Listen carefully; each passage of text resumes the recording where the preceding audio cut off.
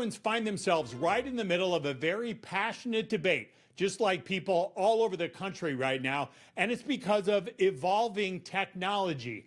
What should you be able to post on social media, and what should you not? What are the limits of our constitutional right to free speech?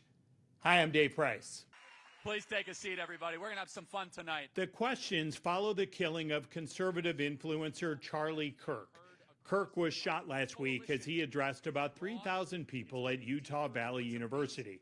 Republicans at various levels want the people who appear to celebrate Kirk's death on social media to be punished.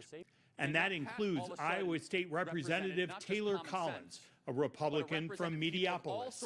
He chairs the Iowa House Higher Education Committee. Well, over the weekend, I saw from multiple parents, students, and other Iowans sending me messages of the faculty and staff members at the universities celebrating the assassination of Charlie Kirk. Quite frankly, it's just sick.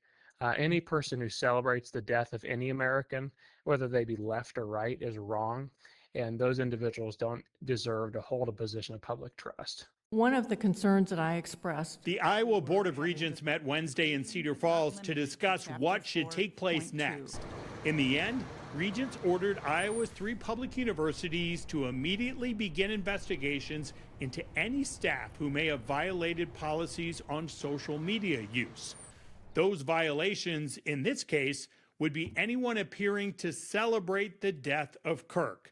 Collins says these investigations are not about politics. I think this is, beyond politics, because everyone's certainly entitled to their own personal political opinions. But I think when that extends into celebrating of the death of somebody else, we're celebrating after somebody's been assassinated, that certainly crosses a line. And I don't see how those individuals don't bring politics into the classroom. How do they not discriminate potentially about somebody of conservative beliefs? It's just incredibly wrong. Collins expressed doubt that a teacher who would react publicly by expressing that Kirk's murder was essentially a good thing, whether that teacher, if fired by the Regents, should ever teach again. I'm not sure. I'm not sure how you regain the public trust after doing something like that, but I don't know how an educational institution could trust somebody like that with children again. I'm just not sure that they'd be able to hold a position ever again when it comes to educating the youth. I mean, those are honorable positions of trust and responsibility.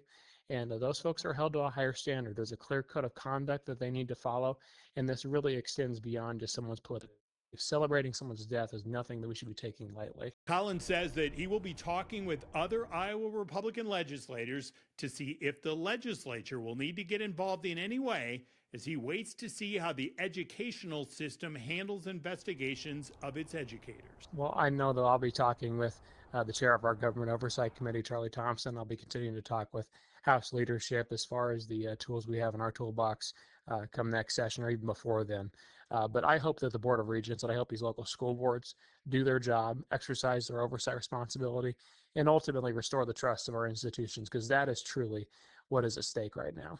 A public school teacher in Oskaloosa already lost his job this week after the school board fired him because of a social media post he made about Charlie Kirk's death. That case, along with the other investigations going on at various districts across the state, plus what the universities are doing, add that to everything else that is going on across the country. Not only will all of this test the limits of the freedom of speech, but it will also test the boundaries of politicians who want others punished. This will be a question for the courts and the public to think about in the weeks and months ahead. That is Inside Iowa Politics for this week.